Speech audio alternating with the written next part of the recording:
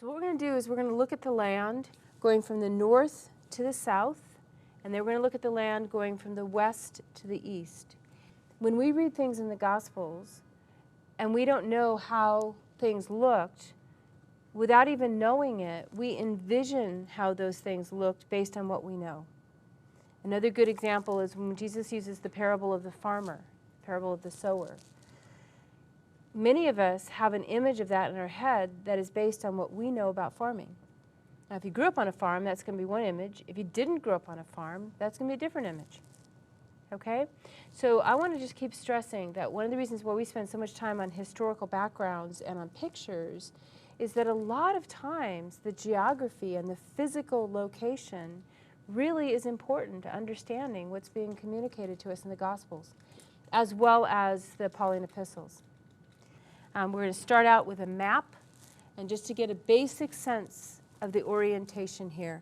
What I want you to do is to just focus on the orange area. Right in the center of the map, you're going to see a blue blob. That is the Sea of Galilee. And there's a long blue blob, and that's the Dead Sea. So those are going to be kind of our anchors, and I'll use those to just kind of get us oriented. Those are connected by the Jordan. And that whole area is called the Jordan Rift Valley. It's a very important valley. It actually extends down to Africa and up toward Turkey. So it's one of the major kind of geographic formations in the world with this big rift valley, an area that had many earthquakes and has been formed by a lot of tumultuous geological phenomenon. Go to the top sea, the Sea of Galilee, and go a little bit to your left, and you can see that large orange area, and that is basically Galilee. These are areas that correspond to the time of Herod the Great, so basically ways that people would have thought about the regions of the land during the time of Jesus. So that orange area is Galilee, and there's a red dot at the top of the Sea of Galilee. I think you can all see there's a red dot, okay? That's Capernaum. That's Capernaum. Now, just a little comment. When we read about Capernaum in the Gospels, and if we don't know anything about the life of Jesus, we might have an image of a sleepy little fishing village and might think of a quaint little place where Jesus went and stayed at Peter's house. I don't mean this to sound dismissive. I'm just trying to connect with the ways that sometimes this is depicted. If you had a children's Bible, or if you've looked at some kind of illustrated Bible, pictures would be great, but even some of the pictures will have this kind of idyllic, serene picture along the coast of the Sea of Galilee, and everything just looks nice and quaint and not particularly important necessarily. I mean, important obviously because we think about Capernaum. But I want you to look very carefully at the map, and I hope you can see that there is a thick black line running right through Capernaum. And as it turns out, one of the major roads of the ancient world goes right through Capernaum. Okay, that road that just runs kind of up along the flat coastal plain. It makes a little bump as it has to go through a valley. It crosses over from the buff-colored area into the orange. It's doing that over the Carmel mountain range, and then coming into Galilee and going right down into Capernaum and going around. And the road is not doing that just to be whimsical. If you notice, if you go north out of Capernaum, you swing around. It's all about geography. Okay, roads are built because of geography. That's hard to believe in Illinois because you can put a road just about anywhere you want. But go to California and look at the roads that cross the Sierra Nevada. Okay, it's all about geography. You don't just put a road anywhere you want. So the road is following the natural geographic way that the most conducive way for a road. Then it goes out, and if you go all the way up where the two black lines converge, that's Damascus. That's Damascus. Okay? So what I want you to get, just by looking at this map, is a real good understanding of why Jesus might have chosen Capernaum as his home base. It's strategically located. Okay? It's not a sleepy little fishing village. He's setting up shop on a main road, and there's nothing coincidental about that. So just one quick example helps us to see why geography is so important for understanding the Gospels. Now, that whole area, we're going to look at some pictures of Galilee. There's a specific way that houses are constructed. The houses are constructed because of basalt, so there's ways that you can build houses. They're basically going to turn out to be very square. Not in this lecture, but in a future lecture, we're going to look at Galilean villages and what it looked like. I'm going to show you pictures of Galilee, but Galilee does not have wide open plains, and it's volcanic soil. So it does really well with things like olive trees and does really well with certain kinds of crops, but it also means you have to farm in a certain way. The Sea of Galilee is amazing and produces all kinds of fish. It still does. It's fresh water. It produces all kinds of fish. So, boy, that's a great place to be in Galilee. Now, if you go up above to the pink area, much of that corresponds to modern-day Lebanon. And that's going to be an area that's going to be on the fringe of our gospel accounts. Remember, there's going to be an account of a Syro-Phoenician woman. Okay? She is representative of what Jesus is going to do that goes beyond the boundaries of Israel. So remember, Jesus is sent first to Israel. I'm going to kind of conflate this with Paul's terminology. Paul says that the gospel comes first to the Jews and then to the Gentiles. To understand Jesus, we need to go first into a Jewish context, but realize that Jesus himself makes it clear that the gospel extends beyond that. And we can see that very clearly because that pink area is not going to be a Jewish area. It's going to be a completely Gentile area. And as I said, it's going to correspond to modern-day Lebanon, but in the ancient times, this would be the area of where Jezebel came from. Okay, Tyre, Sidon, those kinds of areas.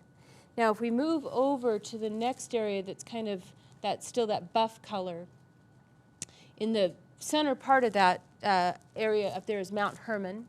Okay, the highest part of this whole area at 9,000 feet. So it's a pretty good, respectable mountain. So in that whole area, we're going to look at some pictures of that. There's one red dot in that area that's called Caesarea Philippi. That's going to be where Peter makes his profession that Jesus is the Christ. Now think about it. That's way up in the northern part, and it's not too far from the road to Damascus. So there's some hints that the physical location where Peter makes his confession that Jesus is the Christ is right in the center of a really pagan area, and there's a good hint from that the gospel is going to be what God is going to use to penetrate into those pagan areas and to bring the gospel to those places. The rest of that area over there is beginning to get into a very arid area that it doesn't have a lot of villages and towns. And again, there's another road. Now we can talk a little bit about that road. There's one road to the left, and if you go to the top and you see Damascus, there's another road that's coming pretty much to the center of the map. That's the road that eventually will go down to an area called Petra. And if you saw Raiders of the Lost Ark, you know what Petra looks like. Okay? Fantastic little scene in Petra. Okay, so that's another major road. But I just want you to see that these areas are kind of circumscribed by roads and by geography. Now come down to the other kind of orange area, not as bright as orange. That's an area that's called the Decapolis. Decapolis. A little bit of Greek. Polis, we talked about that before, means city, right? A metropolis, a large city. So polis means city, deca means 10. So this is an area of 10 Greek cities. 10 Greek cities that were kind of put there for various reasons over a certain period of time, but were kind of anchoring Greek culture and anchoring and being used by Herod to kind of solidify things. There's some fortresses and other things in that. That's going to be a thoroughly non-Jewish area, very non-Jewish area. So when Jesus crosses over the Sea of Galilee to go to the other side, sometimes we have this idea that he's going straight across the lake, either straight down the lake or straight across the lake. What he's actually doing is he's just going from Capernaum across the lake, but not straight across the lake, into the Decapolis. Very, very weighted with significance. He's crossing over to the other side, and that doesn't just mean the other side of the lake. He's going into a thoroughly pagan Gentile area. And we know that because there's a demoniac, and when he's healed, the evil spirits are cast into a herd of pigs. That is not a Jewish area. You don't have pigs in Jewish areas. Okay, so that whole area is going to be very important for us to kind of concentrate. We're going to see that Jesus does a lot of miracles and does things in that area. And read against the geography, we begin to see now that those are statements of Jesus taking on the demonic realm and showing that he is Lord over all of that, taking on the storm and showing that he's Lord over nature. I mean, all kinds of things are going to begin to come to life as we look at these accounts because of the geography. Okay, now we're going to go back over and pick up, there's the green area below and the orange area, and in between that is Samaria. Okay, Samaria. And Samaria is going to be an interesting area that we're going to talk about. We're going to have to talk about the Samaritans. The area of Samaria is a very beautiful area, has rolling hills, foothills, and kind of just a hilly region with some very deep valleys. It's an area that's good for shepherding. There's some flat, open places that are good for cultivation, so there's some agriculture that takes place there. We're going to talk about that. Now, the next area that I want you to see is the green area, and that's Judea. And kind of right in the furthest most, there's a series of 3 red dots. The one that's to the top is Jerusalem. So Jerusalem is going to be kind of in the center of that area. Now, theologically and spiritually, and from the context of worship, Jerusalem is dead center. We're going to read something in a minute according to the rabbis, but the center of the entire universe is the Holy of the Holies in Jerusalem. Okay, that is the center of the world. Geographically, that's not so true. Okay, and I just want you to notice, Jerusalem is not on one of those major roads. It's very interesting.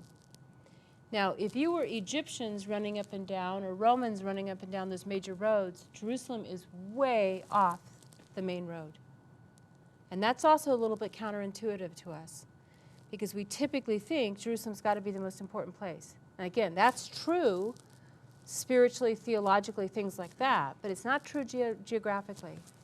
We won't talk about it this much in this class because we're not talking so much about Old Testament history, but in the multiple times that people were coming through Israel, Jerusalem was really off the main track, and it was a good place for the Jews to be because strategically they were more able to defend that because they knew how to get up and down those valleys. Okay, those valleys are very hard to take troops up and down. Some of them are very narrow. So typically, this is a little bit overstated, typically in kind of the Old Testament times, people who were trying to conquer the area tried to draw the Israelites out of the hills, out into the open plain where they could fight them with chariots. And the Israelites did just the opposite. They tried to stay up in those Judean hills because they were hard for people to come, and you could use things like guerrilla warfare to defend them. Okay, so again, just think about how much geography plays a role in this. Okay, down below in the large sand-colored area, we're going to see some pictures of that.